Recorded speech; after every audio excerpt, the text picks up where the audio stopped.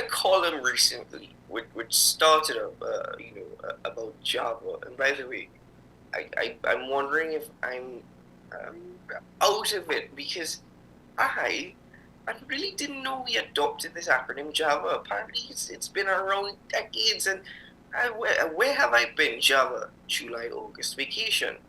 I think that's more appropriate than summer vacation. But I read the column and it actually spoke that every Java faced the same situation where parents complain about the price of textbooks. In fact, on AM Prime, we had conversations with various bodies across TNT about textbook pricing, essentially the cost of going back to school.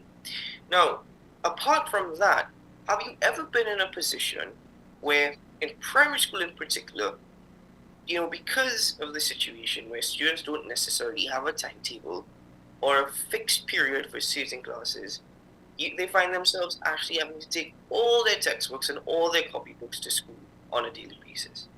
And even when I was in primary school, the conversation was the effect it's going to have on your child's back, your child's shoulders, the weight. All of that was actually highlighted in a column because it spoke to a simple solution that is already happening across the world. And that is the introduction of e-textbooks. The author of that column is, I'm glad to say, has become a friend of mine. I'm pleased to welcome Dr. Jarrel De Matas to AM Prime once more. Good morning, Dr. De Matas. Good to see you. Good morning, Keaton, and good morning to your viewers as well. Well, thanks for joining us. If it's one thing, we do get a lot of contribution in respect to commentary from your columns.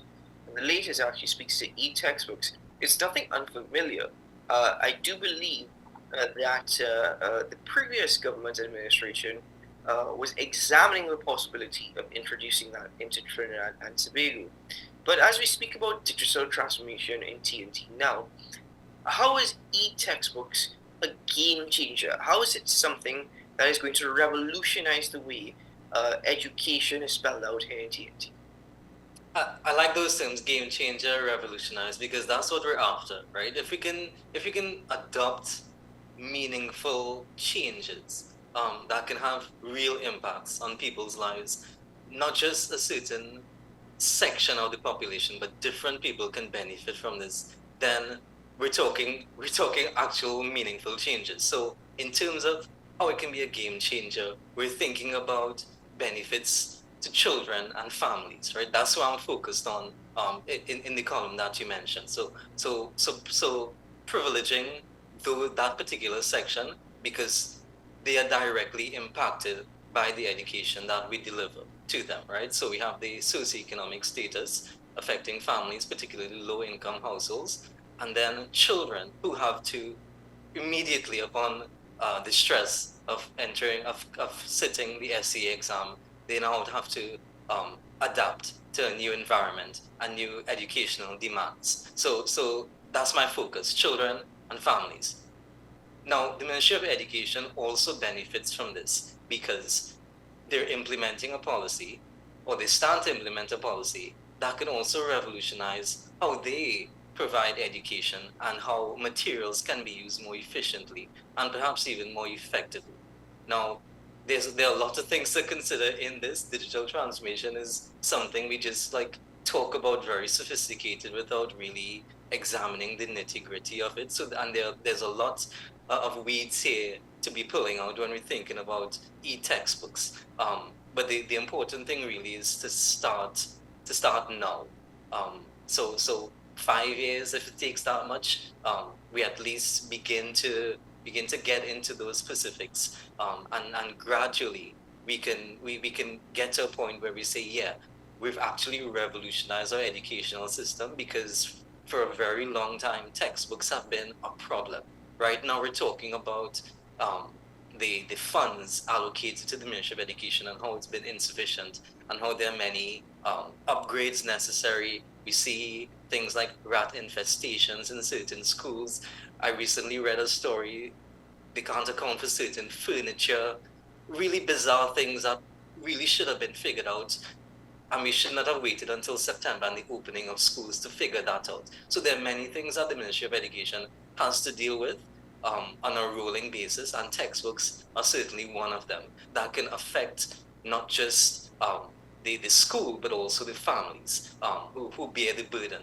And thinking about single parent households, those in particular also stand a great risk when we're thinking about the cost that then trickles down into other areas.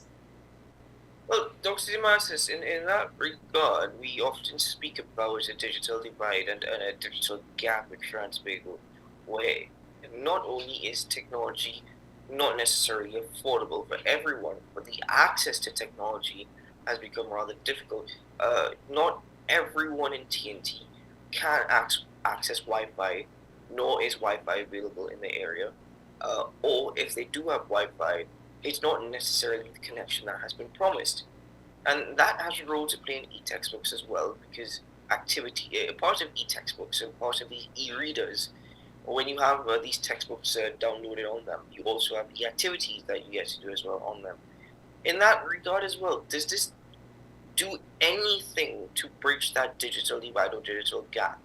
Even if people have access to these e-readers and that have their textbooks fully downloaded, it does not necessarily mean that they could utilize the e-reader. Yeah, correct. And that's where we need the digital infrastructure, right? So when we're thinking about the e-textbooks, is everything that goes into that process of producing the e-textbook. So the digital infrastructure is really important, and this is where the Ministry of Education really needs to step up. Like, we need reliable Wi-Fi net connections throughout schools that are password protected, of course, to relieve the burden on internet traffic. So that's a really important strand of this e-textbook transformation that we really need to see happening. Is it? Yeah. Sorry, because you spoke about that. We need to see that happening. That obviously would be the first step before we would consider the introduction of e-textbooks. Yeah, absolutely. And then the access as well, of course. So the devices. I saw. I think it was. I saw. There were donations of certain devices recently to one school. The name eludes me right now, but so that has been happening outside of government capacity. So that there are private donations, and the private sector has an important role to play in this as well. We see the divide. You talk about the digital divide, but we also have the divide in terms of the quote unquote prestige schools versus the government schools. So we need the private sector to step up as well, and facilitate where as much as possible that donation of devices or rental system that can perhaps help the government with the distribution of devices that can then ultimately rebound to the benefit of students who can then access these books online. You spoke about, of course, the downloadable factor as well as working offline. Those are also things that need to be sorted out, and it's really just part of that complex system. When you're talking about technology, there's a lot of things to consider, lots of things, and the Ministry of Education, they have a digital transformation policy. It's 2023 to 2027, and we're right in the middle of that. And we might as well be at the start of it. We might as well be in 2023 because there's no real progress, it seems, happening. From that document, it says that the specifically e-textbook platform is in a procurement stage. That might as well say nothing because we're not really sure exactly what is being procured, how is it being procured, who is being approached. So there's really a dearth of information available to us, and so in terms of the divide, however, you're right. The at least the digital infrastructure that can be helped by the Ministry of Education, and from there we can begin to then say, okay, how do we then maximize the use of this infrastructure? How do we build on it? And how do we use textbooks specifically as a way to revolutionize the access? Surely, as well, e-textbooks would be a lot more cost effective. I mean, the environment factor and having to print books is definitely it's a no-brainer there. But in respect to the cost of actually having these textbooks available to download, one of the things I'm thinking of is that it's always you always have to have a credit card in to purchase something online. Not everybody necessarily has that. Though we are speaking about a cashless society, we are not necessarily anywhere near achieving that.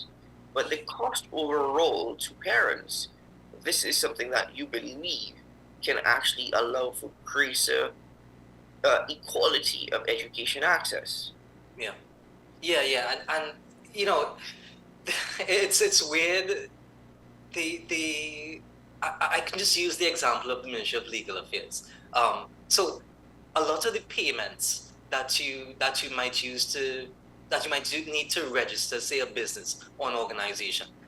You need to actually pay physical cash. You go into the ministry, you pay cash, they give you a voucher number, you then go online, and you then register the payment that way. So the way that the cash payments are even structured, it's meant to mimic an online format. And I think that could be, I mean, as much as that is, let me say, backward, for better want of a better word, it is a useful model in terms of introducing those who do not have, as you say, access to a credit card, because that's something we take for granted.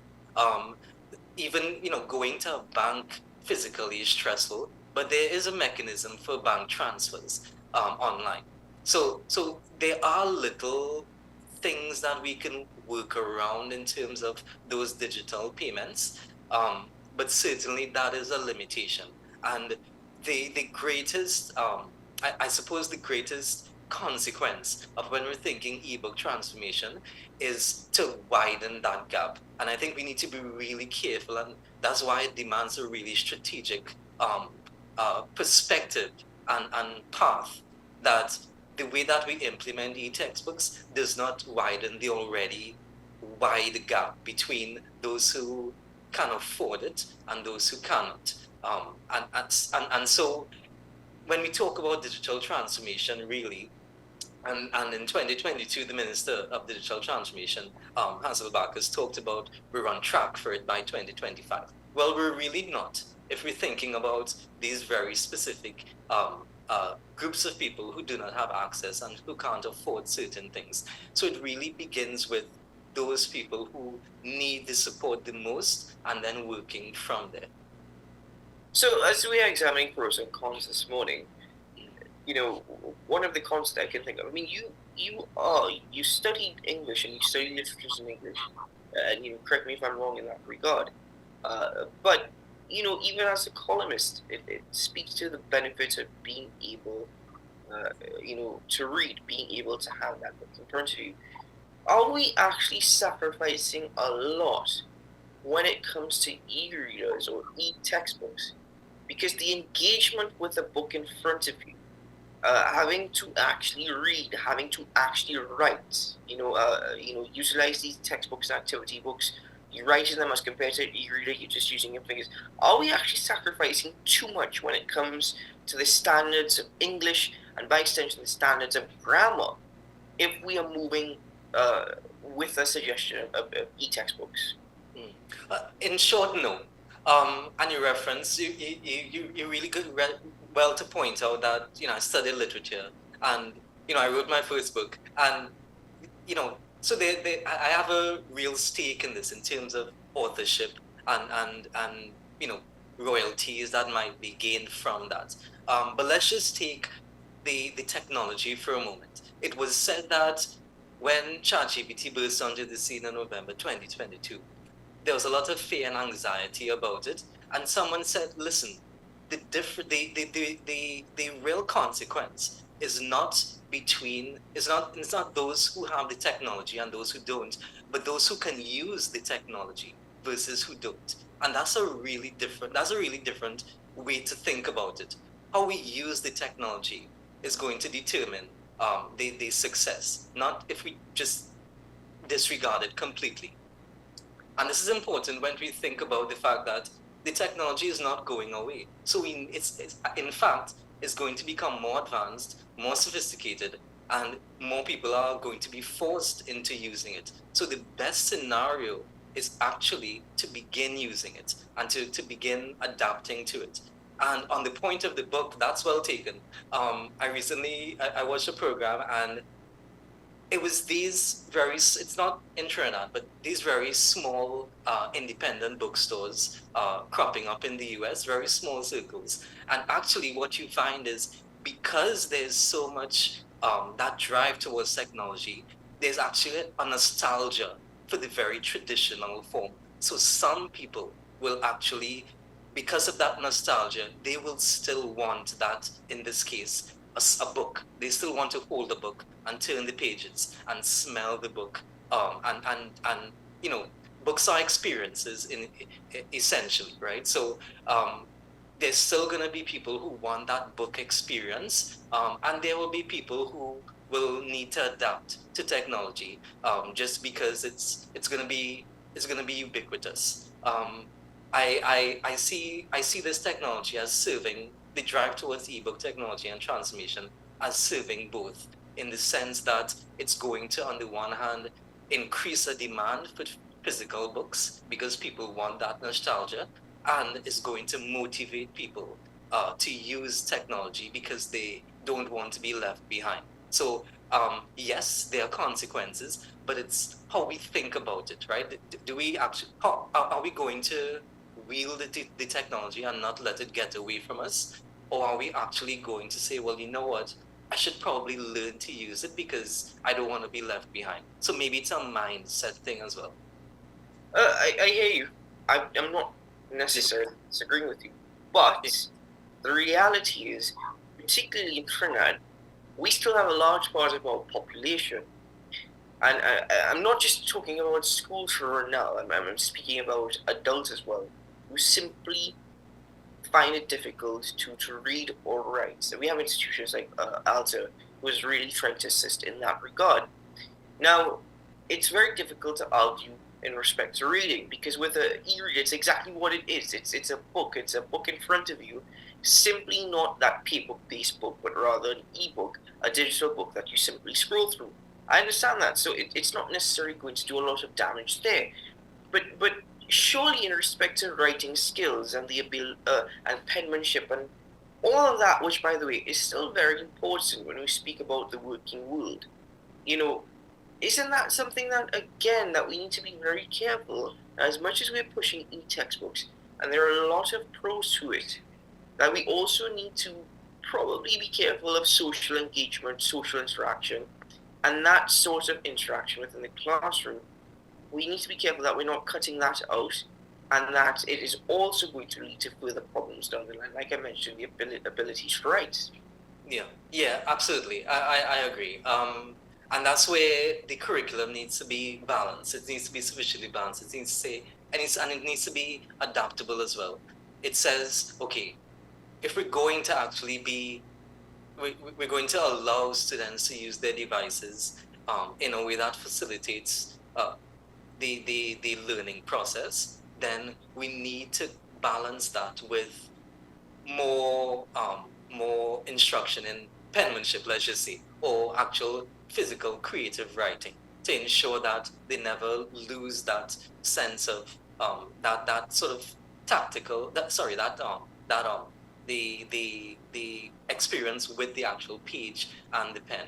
So I think in that case, maybe we also need to consider the adaptability of the curriculum to allow for that balance between an increasing turn towards technology while retaining the very traditional things that we've grown up with, that we found useful. Because writing on a piece of paper is very different to writing on a computer, and we absorb information differently. There are also different physiological factors. Maybe a blue light screen, um, a light emitter is much too stressful on children's eyes, which I absolutely would accept. So this is just another factor that we need to also take into account if we're thinking about increasingly moving towards e-textbooks and essentially introducing more screens into children's lives.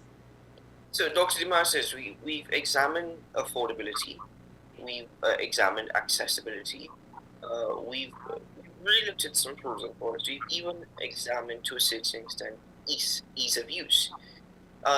With that being said, you spoke to digital transformation and the digital divide in TNT. Given all that, and given that even the Ministry of Education is still in a procurement process, or they're still really working very hard to implement the goals of their digital transformation policy, how soon do you think that e-textbooks can become a reality in TNT? Wow. How soon? This is difficult. Because right now I can't see it happening. That's my answer. Right now I cannot see it happening, and probably for about 2 more years. I think that there are way too many things to sort out, and just the fact that a lot of the things move very slowly. I can't see it realistically happening in the next couple of years. Also, the fact that I reached out to the Minister of Education and the corporate communications officer just for a simple answer. What is the status of this? And no one could give me an answer. Let me just say, by the way, because this peeves me. I'm gonna make a slight detour. Ministry of Education ministers need to be accountable to the people. That's what you're put there for, and that's part of the social contract when you're elected and when you're appointed. And part of that requires you to answer questions. As hard as that pill might seem to swallow, We can't even get them for an interview, Dr. De Matas. right? We need those questions answered. It's not even the least that you can do. It's what you need to do. So that's the first thing. I wish I could give you an answer because that answer would come from the ministry, right? Depending on what stage they're in, I can say, yeah, this looks likely in the next 2 years, or it does not. All I can say right now, and again, going back to that digital transformation policy plan, the endpoint at which is 2027, and they want to achieve all these lovely things. E-textbooks being just one of them, right? Just one of them. And we've talked about so many different issues related to accessibility and affordability, and also just things about the technophobia that is part of the entire society, not just schools. Given all of those things, I do not realistically see an e-textbook platform solution being rolled out within the next 2 years. Perhaps, maybe within 5 years, I think that's more realistic. But there's still things that we can do to get to that point, right? Like we're thinking about e-textbooks as the end point, and therefore there are many different things we can lead that we can do to lead up to that point. And we talked about it already. The digital infrastructure is one of them. Thinking about how to balance the curriculum, we need education officers who can begin to brainstorm. Okay, if we're in this situation with e-textbooks, what would a curriculum look like? What would an adaptable curriculum look like that still retains the essential elements of education while accounting for changes in technology? We've talked about the accessibility and affordability. So while we're working towards that endpoint of e-textbooks, there's still things we can implement in that build up to ensure that when it is realizable, we can actually it is supported, and it's not just we're not figuring everything out at the same time. Well, I'll tell you what, you are not sure if it's going to happen anytime soon, not even within the next 2 years, maybe 5 years.